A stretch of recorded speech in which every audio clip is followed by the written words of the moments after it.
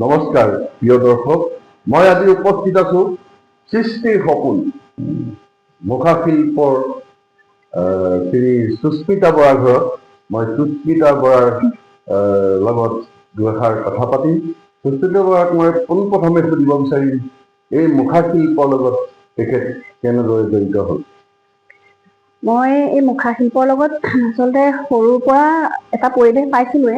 ঘৰে আচলতে নতুন চামগুৰি সত্ৰত, মাজুলী নতুন চামগুৰি সত্ৰত সৰুৰ পৰা এটা পৰিৱেশত ডাঙৰ হৈছিলো। মুখাৰ লগত দেখিছো মুখা, কিন্তু মই মুখা বনোৱাৰ লগত মই জড়িত নাছিলো। সৰুতে মই আৰ্টৰ লগত জড়িত আছিলো, কিন্তু 2020 চনত মই মোৰ গুৰু ডক্টৰ পদ্মশ্ৰী হেমচন্দ্ৰ গোস্বামী তেখেতে মোক আচলতে কৈছিল, এদিন এনেকে তেওঁলোকৰ ঘৰলৈ যাওঁতে তেওঁৱে মোক কৈছিলে যে তুমি ইমান ধুনীয়াকে আৰ্ট কৰা, মুখা শিল্পটো আমাৰ সাধাৰণতে পুৰুষসকল জড়িত হৈ থাকে, আমাৰ নাৰীসকল এই মুখা শিল্পৰ লগত তেনেকে জড়িত নহয়, কাৰণ তেওঁলোকে টান বুলি ভাবে।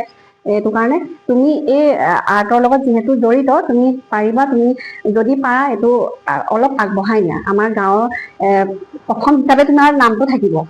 মোৰ মানে প্ৰথম খুব ভয় লাগিছিলে যে পাৰিম জানো, কাৰণ এইটো সাধাৰণতে পুৰুষে কৰে, মই নাৰী হিচাপে মই কামটো কৰিব পাৰিম জানো। কিন্তু তথাপিও তেওঁ ইমানেই সাহস দিলে। তেওঁৰ লগতে মই তেওঁলোকৰ ঘৰখনৰ প্ৰত্যেকজন ব্যক্তিৰ নাম মই ল'বই লাগিব, তেওঁ দুজন পুত্ৰ, তেওঁলোকৰ নামো মই ল'ব লাগিব।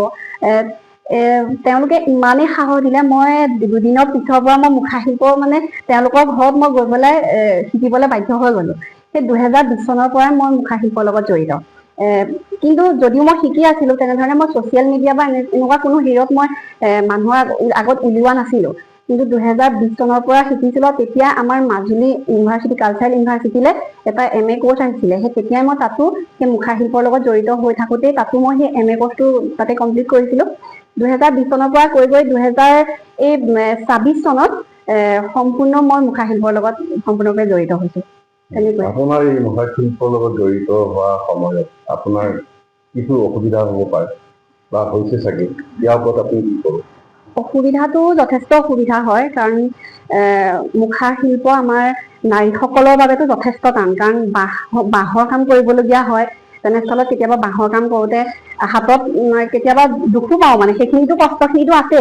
তাৰ উপৰি সৰু মোৰ এজনী ছোৱালীও আছে, তাইৰ কাৰণে কেতিয়াবা অকণমান টাইম দিব নোৱাৰা হওঁ। কিন্তু তথাপিও মোৰ ঘৰখনৰ মা, শহুৰ শাহুৰ বা মোৰ মানুহজনৰ কথাও কৈছো, তেওঁলোকৰ চাপৰ্টতে কামটোত মই বহুতখিনি আগবাঢ়ি গৈছো।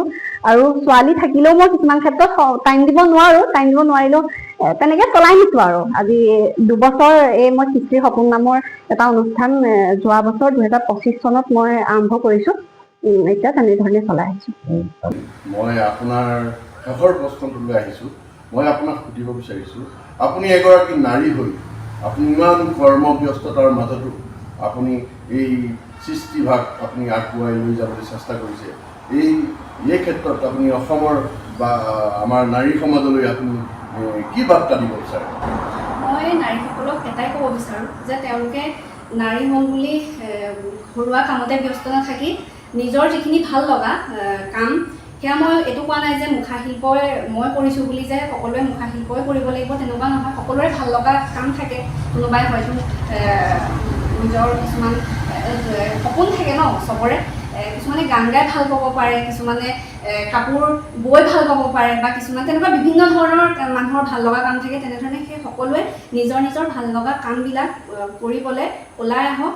আৰু মই মুখা শিল্পৰ ওপৰত এটা কথা কওঁ, আমাৰ সমাজখনত এটা কথা আছে যে নাৰীসকলেহে পুৰুষসকলেহে কিছুমান কৰিব পাৰে, কিছুমান কাম কৰিব পাৰে, নাৰীসকলে তেনেকৈ কৰিব নোৱাৰে। কাৰণ আমাৰ নাৰীসকল খুব সূক্ষ্ম কোমল, এনেকুৱা এটা মানে ধাৰণা আছে যে আমাৰ সেই যিখিনি মুখাত ব্যৱহাৰ হোৱা বাঁহৰ কথাকে কৈছোঁ, বাঁহটো কাটোতে আমাৰ এটা ধাৰণা আছে এইটো পুৰুষেহে কৰিব পাৰিব, আমাৰ নাৰীসকলে কৰিলে হাতত দুখ পাব বা এনেকুৱা কিন্তু কিছুমান ধাৰণা আছে। কিন্তু তেনেকুৱা একো কথা নাই।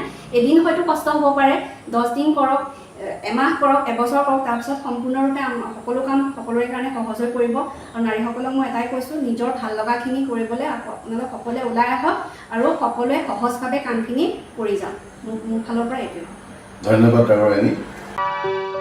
আপুনি বাৰু হাড়ৰ সমস্যাৰ কাৰণে পাটনালৈ যাবলৈ চিন্তা কৰি আছে নেকি?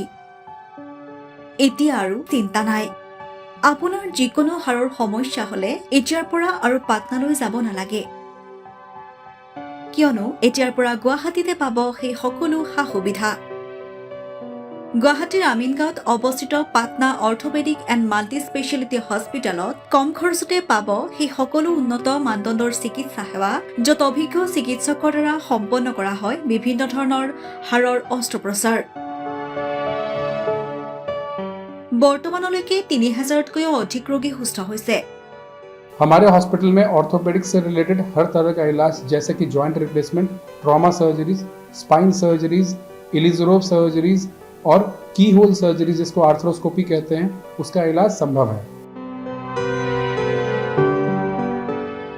উন্নত মানদণ্ডৰ সা সুবিধা থকা হস্পিটেলখনত আছে ৩টাকৈ VIP ৰুম, 11টা কেবিন, জেনেৰেল ৱাৰ্ডত আছে 12খনকৈ বিচনা তথা 7খনকৈ বিচনাযুক্ত ICU। তাৰোপৰি এই হস্পিটেলখনৰ ভিতৰতে আছে ফাৰ্মাচীৰো সা সুবিধা।